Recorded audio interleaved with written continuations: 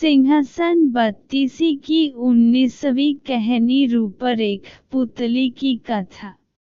हर बार की तरह इस बार भी राजभोज फिर से सिंहासन पर बैठने के लिए आगे बढ़ते हैं, लेकिन तभी सिंहासन की 19वीं पुतली रूपरेखा उन्हें रोकती है और राजा विक्रमादित्य के गुणों की चर्चा करते हुए एक कहानी सुनती है। अब पढ़ें आगे। एक समय की बात है, राजा विक्रमादित्य के दरबार में 2 तपस्वी अपने सवाल लेकर आए। राजा ने उनसे कहा, हे साधु, बताइए आप दोनों के मन में कौन से सवाल हैं? इस पर एक तपस्वी ने कहा, हे राजन, मेरा मानना है कि मनुष्य के मन का नियंत्रण उसके सभी कामों पर रहता है, वह कभी भी उसके खिलाफ नहीं जा सकता है। जबकि साथ आए दूसरे तपस्वी ने कहा, नहीं राजन, मेरा मानना है कि मनुष्य का ज्ञान ही उसके सभी कामों को नियंत्रित करता है और मन भी ज्ञान के अनुसार ही चलता है। राजा विक्रमादित्य ने दोनों तपस्वियों की बातें सुनी और उन्हें कुछ दिन बाद दरबार में आने को कहा। तपस्वियों के जाने के बाद राजा विक्रमादित्य दोनों सवालों के बारे में सोचने लगे और उन्हें ये सवाल बड़े अटपटे लगे। एक पल के लिए उन्होंने सोचा कि पहले तपस्वी का कथन सही है, मन सच में चंचल होता है और इंसान उसके वश में आसानी से आ जाता है। दूसरे ही पल राजा ने ज्ञान के बारे में सोचा। उन्हें लगा कि दूसरे तपस्वी की बातें भी सही है। इंसान अपने मन की करने से पहले जरूर सोचता है और तभी निर्णय लेता है।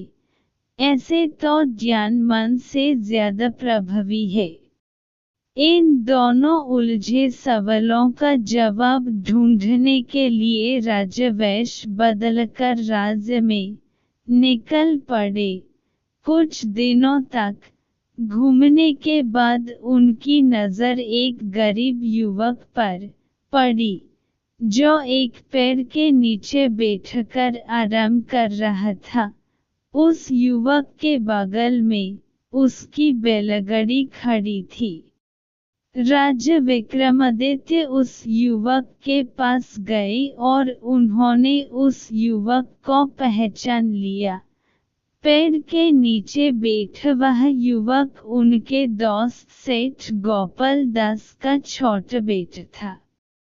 राजा को याद आया कि उनका दोस्त तो एक बहुत बड़ा व्यापारी था, जिसने खूब सारा धन कमाया था, लेकिन उनके छोटे बेटे की हालत देखकर महाराजा विक्रमादित्य सोच में पड़ गए। उन्होंने उस युवक से पूछा, बालक, तुम्हारे यह हाल कैसे हो गया? तुम्हारे पिता ने तो मरने से पहले सारा धन तुम दोनों भाइयों में बांट दिया था।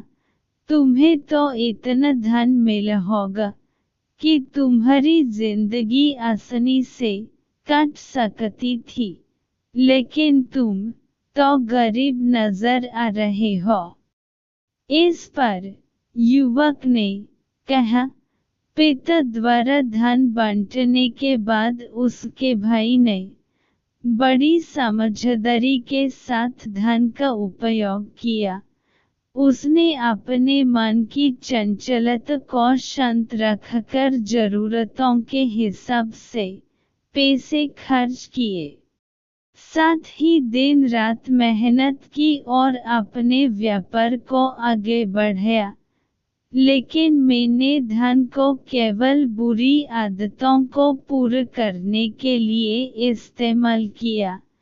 मैंने जरा-सी भी सूझबूझ नहीं दिखाई। धन के नशे में मैं इतना चूर हो गया था कि अपने भाई के दिए हुए ज्ञान को समझ न पाया और आज मेरी यह हालत है।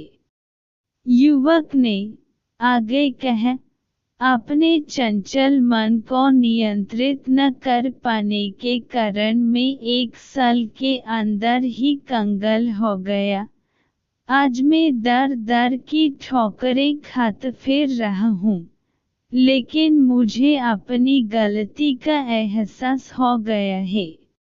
पूरी बात सुनकर राजा विक्रमादित्य ने युवक से पूछा, क्या दोबारा धन मिलने पर तुम फिर से अपने मन का ही सुनोगे? युवक ने कहा, नहीं, अब ऐसा कभी नहीं करूँगा।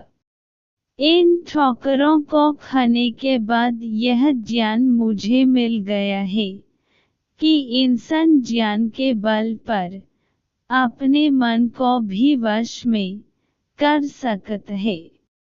युवक की बातों को सुनने के बाद राजा ने उसे अपन परिचय दिया, साथ ही कई स्वर्ण मुद्राएं देकर सद्बुद्धि के साथ व्यापार शुरू करने की सलाह दी। इसके बाद राजा वापस अपने महल लौट आए।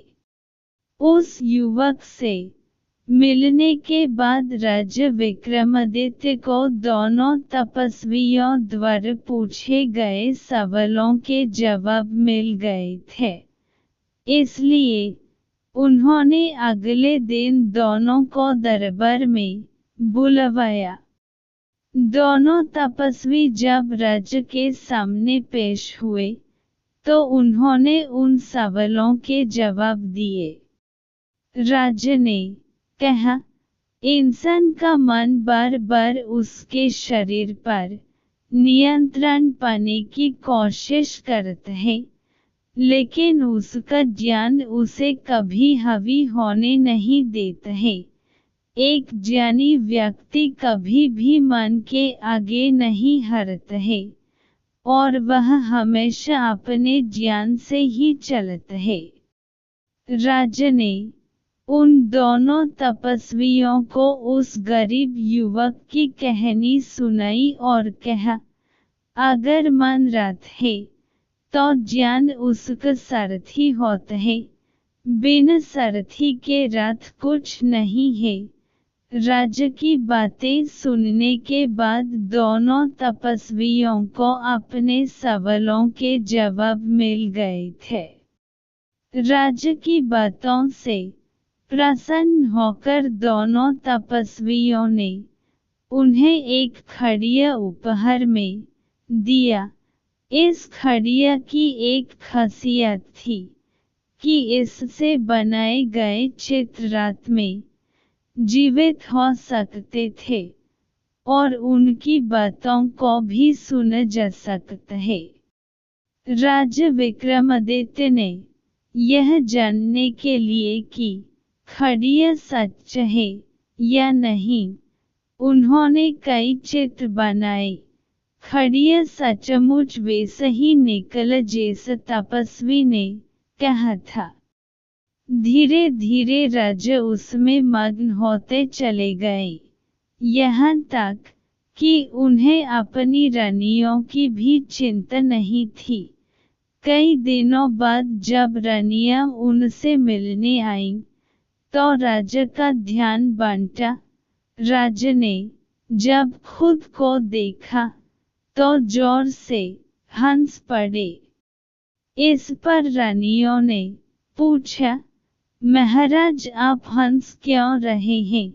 तब राजा ने कहा, दूसरों को शिक्षा देने वाला मैं खुद भी मन के आगे विवश हो गया था, लेकिन अब मुझे अपने कर्तव्य का पूरा ज्ञान है। इस कहानी को सुनने के बाद 19वीं पुतली रूपरेखा राजा भोज से कहती है, अगर तुम्हारे पास भी राजा विक्रमादित्य जैसी काबिलियत है तो ही सिंहासन पर बैठने के लिए आगे बढ़ना। इतना कहकर पुतली वहां से उड़ जाती है और राजा भोज भी वहां से चले जाते हैं। कहानी से सीख। इस कहानी को पढ़ने के बाद बच्चों हमें यह सीख मिलती है कि इंसान को अपने मन को नियंत्रण में रखना चाहिए और सद्बुद्धि से काम लेना चाहिए। ऐसा नहीं करने वाला इंसान बर्बादी की तरफ ही बढ़ता है।